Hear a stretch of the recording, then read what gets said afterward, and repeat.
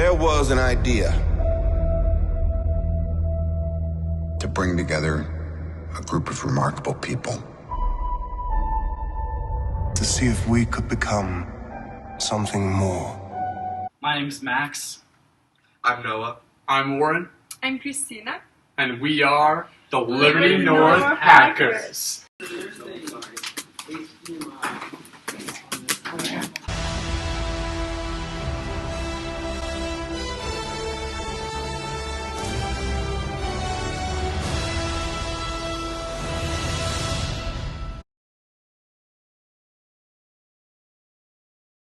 Many individuals have been able to recognize the rise in esports with global competitions such as League of Legends and Overwatch. However, not as many individuals have actually been able to recognize how technology can transform the traditional sports that many of us have already grown to love. And what we end up seeing here today is that because many individuals are not being able to see the future, they are also not able to see the opportunities that come with it. And what we end up seeing here today is that there is a problem within the status quo. The fact that many different football teams are unable to identify nor train quality quarterbacks in a very safe and a very effective way. That's why we created a quarterback simulator. So basically you are able to pick up balls and throw them at targets. So this helps with many of the visionary.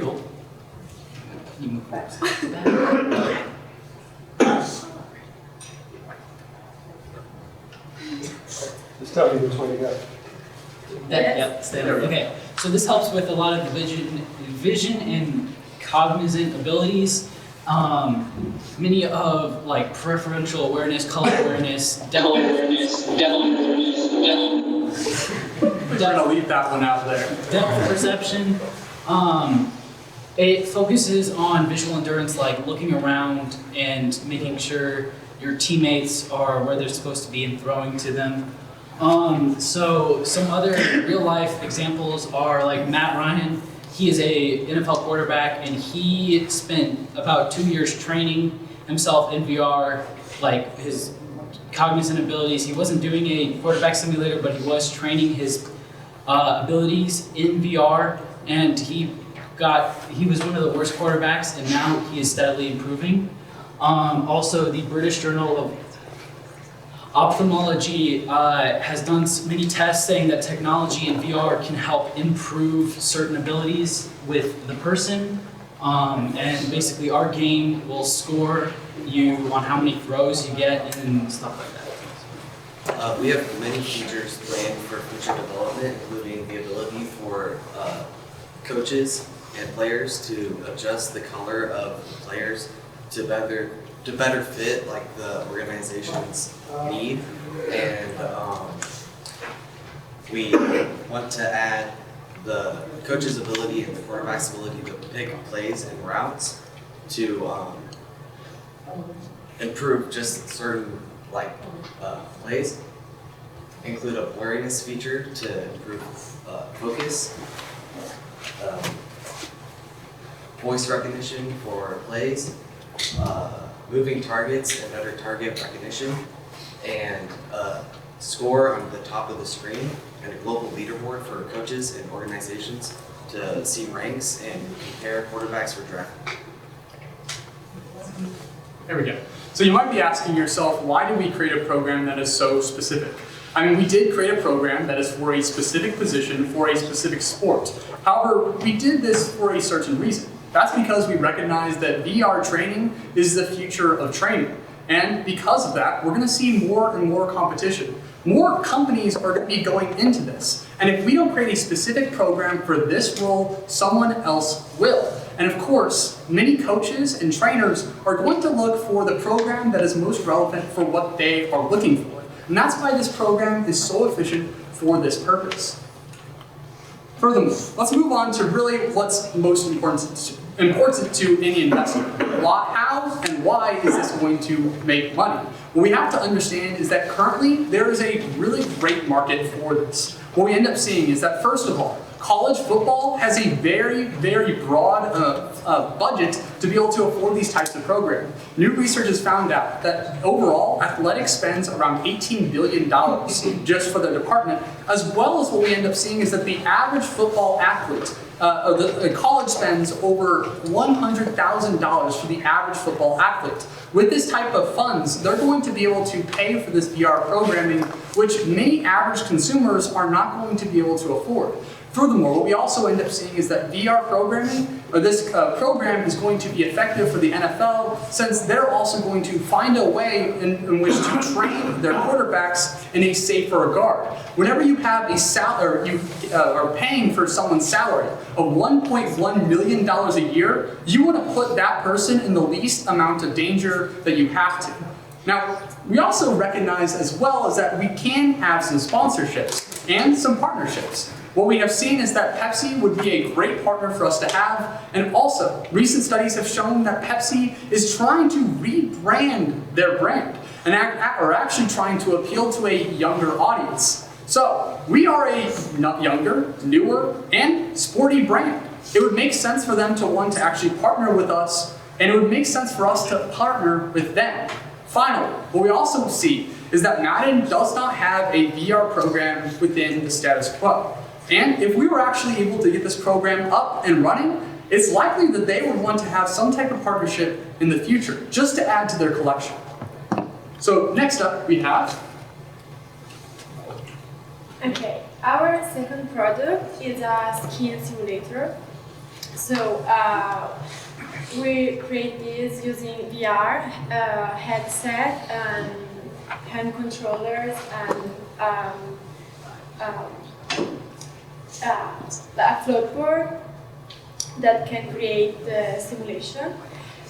We select this sport because it's a seasonal sport, it's a winter sport, and a lot of people would like to practice this sport during the whole year, and especially maybe in their house and without spending a lot of money each time. So a lot of benefits from this product is you can predict some bad situation, like bad weather situation. So a skier can trying to improve their condition, and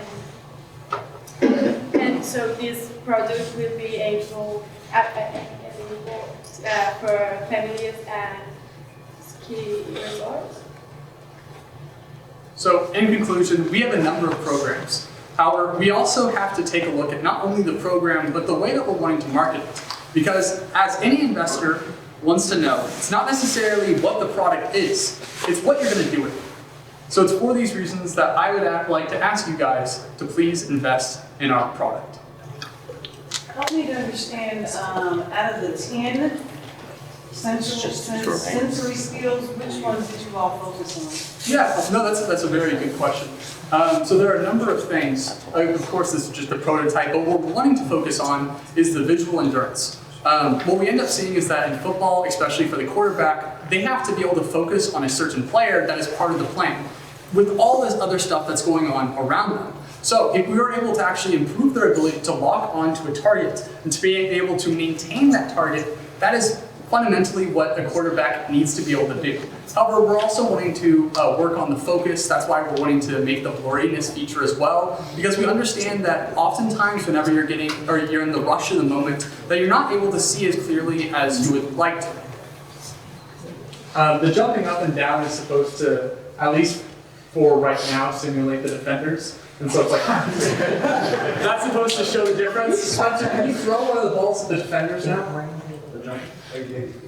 See, they don't like react at all, and so it's almost like they block the ball. Of course, with the, whenever the game is put out, we're gonna do something more with that, maybe have a scoreboard or something like that. However, I do think it's important to have the scoreboard behind them, because of course, whenever you're seeing that you have the scoreboard right in front of you, and you keep on seeing how bad you're doing, it oftentimes can make you do even worse, which is not what we're trying to advocate here. So we're trying to account for that. And we have more, again, in the final product, what we're hoping to do is actually having more movement among the offensive players. So it actually has, what you end up seeing is that the players would go forward and then they would start to curve in, like how it is in actual football.